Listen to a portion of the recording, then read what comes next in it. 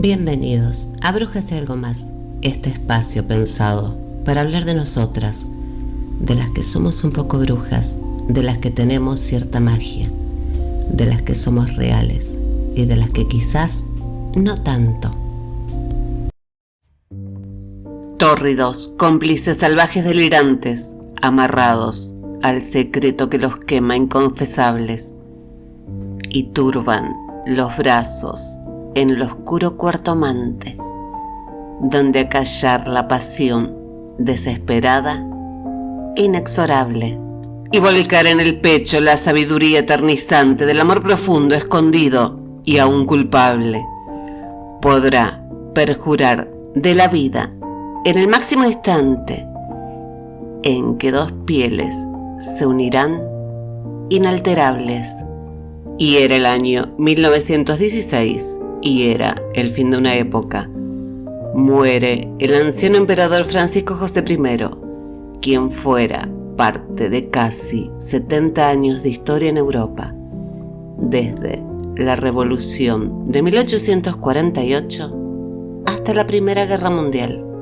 Francisco José era considerado un gobernante reflexivo, conservador, algo metódico, quien supo enfrentar los desafíos de su época, sin mostrar una gran perturbación. Pero esa firmeza de carácter estuvo a punto de romperse cuando Rodolfo, su hijo y príncipe heredero, muere en la residencia de Mayerling. Tragedia que, y debido a las circunstancias de la que estuvo rodeada, marcó el comienzo del declive del Imperio Austrohúngaro y con esto el de su soberano. El príncipe Rodolfo era el único hijo varón de Sicilia emperatriz y Francisco José. Hombre inteligente, Rodolfo amaba las ciencias y era un inconformista además. Y como el de Sisi, su carácter liberal era muy diferente de lo que la conservadora corte de Viena esperaba de su príncipe heredero. Y Rodolfo contrae matrimonio con la joven Estefanía de Bélgica, y ella sí que era muy tradicional, conservadora y muy católica. Y el abismo de ideología y temperamento que los separaba no tardaría mucho en notarse, ya que Rodolfo pronto empezó a frecuentar la compañía de otras mujeres, con terribles consecuencias, ya que poco después del nacimiento de su única hija, Estefanía quedaba estéril a causa de una enfermedad venérea que le había contagiado a su esposo, el príncipe Rodolfo. Y ella nunca lo perdonó por esto. El esperado matrimonio de ellos, los herederos, pasó a ser solo una ficción. Y tampoco su padre perdonaría a Rodolfo, ya que en el imperio regía la ley sálica, por lo cual las mujeres no podíamos acceder al trono. La conducta de Rodolfo había destruido las esperanzas del emperador de tener un heredero directo al trono, por lo que el príncipe Rodolfo comenzó a ser acosado por los conservadores y relegado a un segundo plano en las cuestiones de Estado. Atado a un matrimonio que ya no era tal, acabó, al igual que su madre Sisi, sintiéndose un extraño en su propio mundo. Y fue en ese momento, en ese preciso momento, cuando apareció en su vida nuestra protagonista, una atractiva joven de tan solo 17 años. Y hoy aquí en nuestro espacio, en nuestro canal, la baronesa María Betzera. María Betzera nació en Viena el 19 de marzo de 1871 y asistió al Instituto Educativo para Niñas Aristocráticas del Monasterio Salesiano. La pasión de María era el deporte y era una experta amazona, así como miembro del Club de Patinaje sobre Hielo de Viena. Su padre era el diplomático Albin Ritter von Betzera y su madre, Helene, de una de las familias griegas más ricas de la época, y su linaje le dio acceso a la sociedad vienesa, aunque no a esa sociedad aristocrática de la corte que ella anhelaba. Su matrimonio con el príncipe viudo Miguel de Braganza habría supuesto este avance, pero María Betzera, de 17 años, solo tenía ojos para el príncipe Rodolfo. Su madre quiso distraerla con un viaje a Inglaterra, pero esto no sirvió para acabar con ese enamoramiento juvenil. Y María Betzera sí había nacido en una familia muy cercana a la corte imperial y muy relacionada con María Lerich, una sobrina de la emperatriz Sisi, quien le presentaría en una carrera de caballos al príncipe Rodolfo. Y María quedaría obsesionada con él, llegando al punto de coleccionar sus fotos y noticias. María era joven, pero ella sabía que su atractivo era su mejor carta de presentación. Desde los primeros momentos, la relación estuvo cargada de una serie de connotaciones que la diferenciaban de una simple aventura.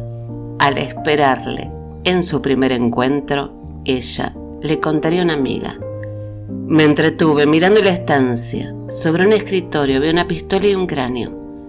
Lo tomé en mis manos y luego lo examiné atentamente. Y cuando él volvió me lo arrebató con un gesto de pavor. Y al decirle que yo no tenía miedo, él sonrió. Y el ese primer encuentro entre ambos sería a principios de noviembre de 1888. Y se verían 20 veces más durante los próximos 3 meses, hasta que llegó ese día, ese 29 de enero de 1889, cuando María Betzera se encontraba junto a Rodolfo, él, el príncipe heredero de Habsburgo, quien le dispararía, volviendo luego contra sí mismo el arma. ¿O quizás no fue así? Al conocer el emperador Francisco José la terrible noticia, se comportó como un gobernante más que como un padre, como lo demostraron sus decisiones. Rápidamente él mandó a llamar a quienes habían encontrado los cuerpos, haciéndoles jurar que jamás contarían lo visto a nadie. Y María fue discretamente sepultada e intentaron olvidarla. Y a fin de poder enterrar a su heredero en lugar consagrado, se redactó un comunicado oficial en el que se decía que había muerto de un accidente cerebrovascular. Aunque poco tiempo después esa versión se modificó y se afirmó que el príncipe Rodolfo se había quitado la vida en un ataque de locura. Y desde ese momento, el doble suicidio fue la explicación más aceptada de la tragedia de Mayerling. Hay que admitir que hay suficientes indicios que sostienen esta versión de los hechos. En particular, las tendencias de Rodolfo, quizás relacionadas con su enfermedad venérea y su consumo de morfina durante el tratamiento. O también María Betzera, que dijo que de hacerse algún día pública su relación, no habría más solución que darnos muerte en un lugar desconocido después de unas últimas horas de felicidad. Pero sin embargo, durante los días siguientes fueron surgiendo otras versiones contradiciendo así la versión oficial.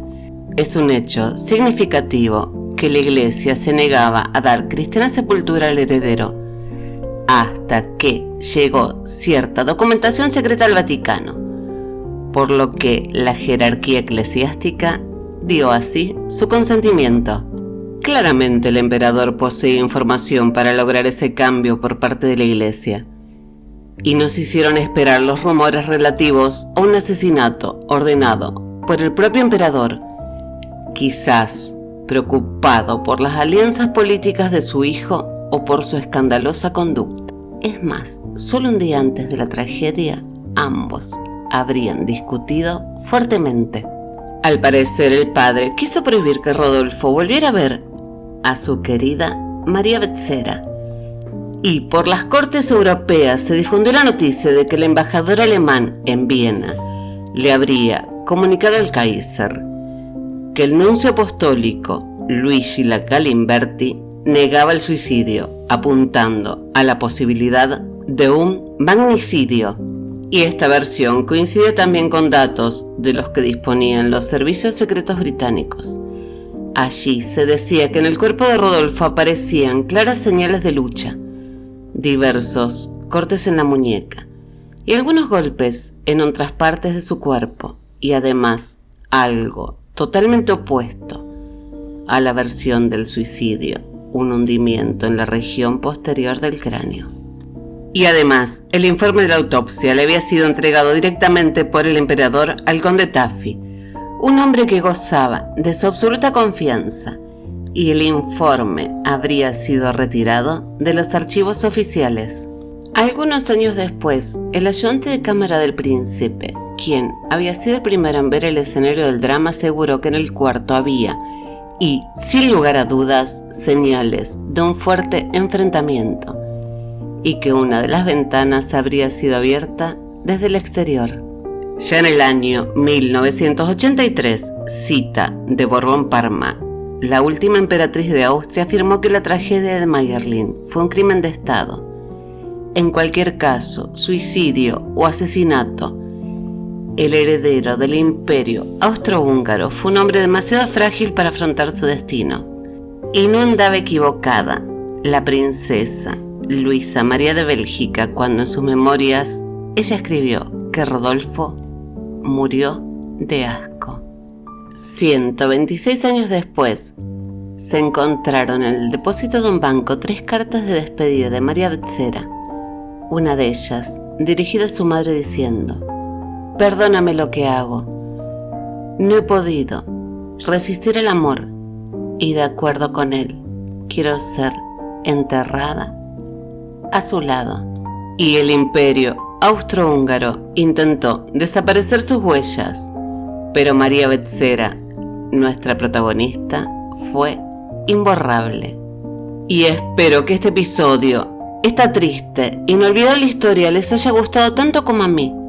No te olvides que podés dejar tu comentario si querés sugerir alguna protagonista.